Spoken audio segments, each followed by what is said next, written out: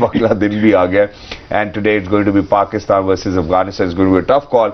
लेकिन जब हम श्रीलंका की बात करते हैं, ऑब्वियसली सर मुझे लगता है श्रीलंका का जो एडवांटेज रहा वो ये रहा कि वो अपना रन रेट ऊपर की तरफ ही लेके गए, नीचे की तरफ नहीं लाए। और जहां पे गेम चेंजर था, I think that was from the over 10th till the 15th, जहां पे अगर हम श्रीलंका की बात करते हैं तो उन्होंने 31 रन बनाए, अगर हम इंडिया की बात करते हैं उन्होंने गालिबन 15 रन बनाए, और रन रेट श्रीलंका का रहा 10.80, इंडिया की बात करते हैं 8.46। तो इंडिया समवट अराउंड 7 और 8 के बीच में ही रहा। तो इस टाइप के मैचेस ना 10 ओवर में डिसाइड हो जाते हैं, और आज जब चेज किया तो उम्मीद तो यही थी कि अच्छा परफॉर्म करेंगे, क्योंकि लास्ट 2 मैचेस अगर देखा जाए श्रीलंका ने बड़े कैलकुलेटेड किया है।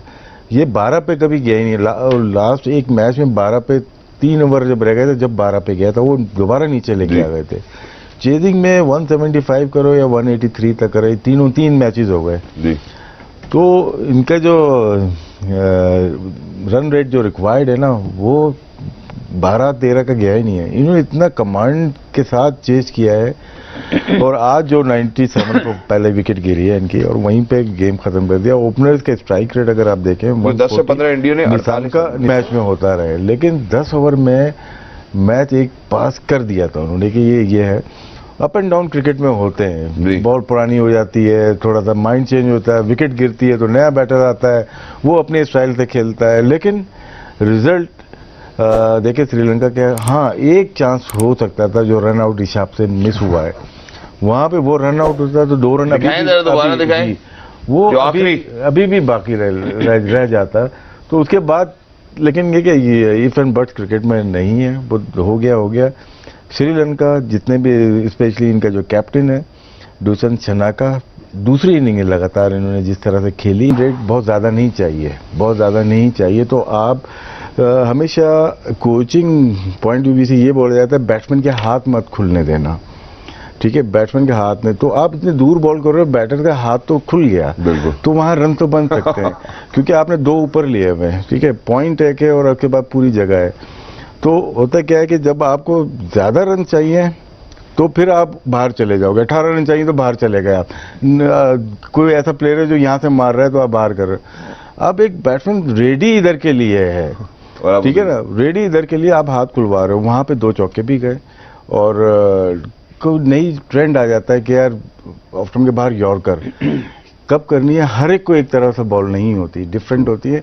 हफीज से भी पूछना चाहूंगा, ये जो टैक्टिक्स है बाहर यॉर्कर वाली है, फिर अगर रन कम चाहिए, 8 रन पर ओवर चाहिए और 16 रन चाहिए, तो डिफरेंट टैक्टिक्स हो जाती हैं। आप बिल्कुल ठीक कह रहे हैं। इसमें आज के क्योंकि बॉल जैसे मॉडर्न क्रिकेट के अंदर इम्प्रोवाइजेशन और शॉट सिलेक्शन डिफरेंट आ गई है। बहुत से ऐसे शॉट्स हैं जो 80s में नहीं खेले जाते थे या 2000 में नहीं खेले जाते थे, आज 2022 के अंदर वो खेले जा रहे हैं। इसी तरीके से बॉलिंग के अंदर वेरिएशंस आई हैं, डिफरेंट स्लो वंस आए हैं, डिफरेंट किस्म की एक लेंथ आई है।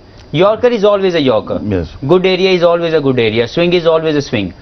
लेकिन जो चीज डेवलप हुई उसमें वाइड यॉर्कर का इस्तेमाल, लेकिन उसके करने का बिल्कुल ठीक आपने डिस्क्राइब किया कि कई बैट्समैन होते हैं जिनका बैट ऑफ स्टंप के बाहर नहीं चलता, they always go towards mid on and mid wicket. तो फिर आप उनके खिलाफ ये प्लान करते हैं कि हम उनको उनके कंफर्ट जोन से बाहर लाके या वो एरिया जो उनका स्ट्रांग नहीं है हम वहां बॉलिंग करते हैं। लेकिन जब आपको पता है कि आपको विकेट्स भी चाहिए और सिर्फ 7-8 के रन्स आपने रोकने हैं, वहां पे वाइड यॉर्कर करने से आपका हाथ खुलता है और आपके बल्ले के कहीं ना कहीं पे लग के एज लग के भी चौका हो जाता है। तो इसलिए वहां पे विकेट टेकिंग ऑप्शन हमेशा अपने पास रखनी चाहिए, क्योंकि मॉडर्न डे क्रिकेट में या पहले भी जब आप विकेट लेंगे तो आप एग्जैक्टली, तो आपने बिल्कुल ठीक जो है इसके साथ एक और चीज भी जोड़ना चाहता हूं। जैसे हम अपने मैच की बात करते हैं, हमने शादाब के हवाले से बात की और स्पिनर्स के हवाले से बात की जो पावर प्ले के अंदर खासतौर पे नई बॉलिंग कराना पसंद करते हैं, जो देखा जाता है फील्ड के हिसाब से भी। लेकिन अगर हम आज श्रीलंका की बात करते हैं तो ठीक Shana he made sure that he is going to come in. फिर उसके बाद हम उनके स्पिनर की बात करते हैं, दूसरा ओवर आते साथ ही वो भी विकेट लेते हैं। ये भी स्ट्रैटेजी का उनका हिस्सा ही था। उन्होंने कहा कि यार ठीक है, जिस तरह भी हमने यूटिलाइज करा, so the utility of the spinners by Sri Lankan team, I believe कि उसको भी एडमायर करने की यहाँ पे जरूरत है। ये देखें, ठीक शाना हम सब ने देखा है कि अपना कैरियर ही उन्होंने ऐसे स्टार्ट किया, जैसे मुजीब ने स्टार्ट किया कि वो पावर प्ले के 2 या 3 ओवर करते हैं और वो इम्पैक्टफुल है। देखें, जो मॉडर्न क्रिकेट है ना, उसमें मैंने पहले बात की थी कि आप लेस कंसिस्टेंट हो सकते हैं लेकिन आपको मोर इम्पैक्टफुल होना पड़ेगा। यस, एज ए प्लेयर अगर आप इम्पैक्ट नहीं डाल रहे तो यू जस्ट वेस्टिंग टाइम। बिल्कुल। आपकी इनिंग्स या आपकी बॉलिंग इम्पैक्ट डालनी चाहिए। आज अगर आप देखें कि आज का मैच कहां खत्म हुआ 4 प्लेयर्स ने इम्पैक्ट डाला। सबसे पहले अगर मैं इनके चेज में जाऊं जी तो इनके दोनों ओपनर्स ने इम्पैक्टफुल इनिंग्स खेली। बिल्कुल। वहां पे उनकी बॉडी लैंग्वेज इंडियन टीम की डाउन हो चुकी हुई थी। यस, उन्होंने बाद में रिकवर करके चहल ने 3 आउट किए, देवर सम शॉट्स जो श्रीलंकन टीम को नहीं खेलने चाहिए थे, लेकिन ये ऐसा होता है।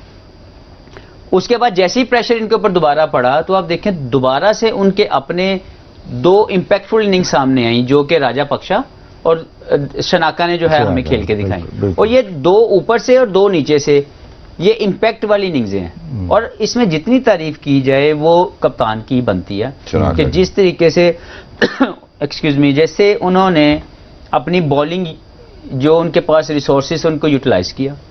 इंडिया की वो एक मजबूत टीम जिसको कहा जाता है कि वो बड़ा स्कोर कर सकते हैं, उन्होंने अपने कंफर्ट जोन से बाहर नहीं जाने दिया। श्रीलंका पिछले 2-3 मैचों में 170 180 उनके कंफर्ट जोन में। मैं इसकी मिसाल ऐसे देता हूं एक्सक्यूज मी, जैसे चैंपियंस ट्रॉफी जब पाकिस्तान जीता जी उसमें इंडिया की टीम के साथ हमारा फाइनल आया। इंडिया की टीम का कंफर्ट जोन था 270 to 290। वो कोई भी टोटल इस रेंज में आके चेस कर रहे थे। जब हम लोगों ने एक पुश दिया फखर जमान की इनिंग्स खेलने के बाद, अजहर अली के एक अच्छी फाउंडेशन देने के बाद, हमने 340 किया तो कंफर्ट जोन से बाहर 40 रन एक्स्ट्रा हो गए। बिल्कुल। उसमें जब वो आए तो माइंडसेट और बॉडी डिफरेंट रिएक्ट करती है। वहां पे आमिर के अच्छी बॉलिंग हमें मैच जितवा गई। ठीक है, इसी तरीके से श्रीलंका ने आज इंडिया को 190 नहीं करने दिया। अगर वो 190 195 उनके करते, जोन से बाहर हो निकल जाता। और ये अगर आप सुने तो रोहित शर्मा ने भी यही बात की अपनी पोस्ट मैच में कि उनके पास 15 से 20 रन 20 से शॉर्ट थे। 25 हाथ जी। और उसकी वजह ये थी कि इनके कप्तानी अच्छी कप्तानी की और इनके मिडिल ऑर्डर बैट्समैन वो जो ब्रांड ऑफ क्रिकेट की बात रोहित करते रहे हैं पूरे टूर्नामेंट ये खेल गए। में, वो नहीं खेले और फिर क्योंकि रोहित ने वो श्रीलंकन करके दिखाया। खेल इसमें वो मोमेंटम मिल गया। लेकिन लोअर मिडिल ऑर्डर जिसमें दीपक हुडा, जी। ऋषभ पंत, इन लोगों की कंट्रीब्यूशन वो नहीं रही जो हम लोग या वो एक्सपेक्ट कर रहे थे। ट्रू। तो यहां पे वो 190 अगर किया होता तो ये कंफर्ट जोन को तोड़ा जाता। अभी भी मैं समझता हूं कि श्रीलंका विल बी चैलेंज्ड, या कोई भी जब चैंपियन बनने की तरफ सोच रहा होता है, champions are always been challenge somewhere. True true true. आपको आएगा। अगर श्रीलंका कोई भी एक मैच पहले बैटिंग करके जीतता है तो फिर वो अपने तमाम बॉक्सेस हिट करके ठीक चला है। जाएगा। Yes, yes, yes. ऐसा नहीं हो सकता कि आप चैंपियन बन जाए और तमाम चीजें आपको मीठी मीठी मिल जाए। वरना चिड़िया भी हो जाता है, आप कुछ पूछा जाएगा। तो इसी तरीके से पाकिस्तान को भी कोई एक कंफर्ट जोन के बाहर आके क्रिकेट खेल के जीतना पड़ेगा। क्योंकि जी। अगर आपने इस टूर्नामेंट, इस वक्त मुझे 2 टीमें चैंपियन बनते हुए नजर आ रही हैं, 2 में से कोई एक। पाकिस्तान? एक पाकिस्तान सबसे पहले मुझे नजर आ रही है क्योंकि लास्ट मैच जो उन्होंने खेला बिल्कुल। उसका जो जैसे मैंने आपको बात की थी कि एक कंफर्ट जोन, एक आपका जो साइकोलॉजिकल इंपैक्ट आता है इंडिया पाकिस्तान के मैच के बाद, जीत के बाद एक अलग है, हार के बाद अलग है। तो अब पाकिस्तान के पास वो winning momentum, winning from India, वो कॉन्फिडेंस उनके पास है। देखना यह है कि कल का मैच जो अभी हम सब उस पर बात करने वाले हैं वो बड़ा इंपॉर्टेंट रोल प्ले करेगा पाकिस्तान की आगे जाने के लिए। एग्जैक्टली। मैं इस बात बढ़ाता हूँ, राशिद भाई कुछ कहना चाह रहे हैं। जी। ये बाउंड्री साइज बड़ा तो नहीं इंडियन बैटर्स के लिए? किन के मैचेस के लिए?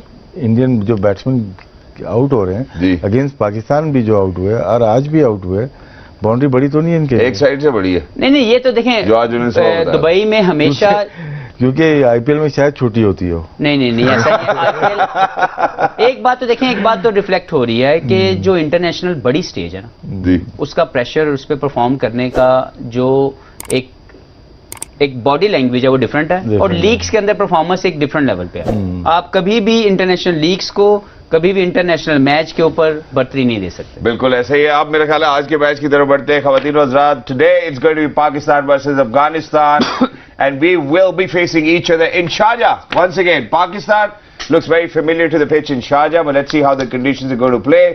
This is a must win for Pakistan, but yes, obviously we will have another opportunity after, God forbid, if we lose from Afghanistan. Sir, Afghanistan, Pakistan, आपकी तरफ से one liner, जो भी आप कहना चाहें, क्या कहते हैं आप?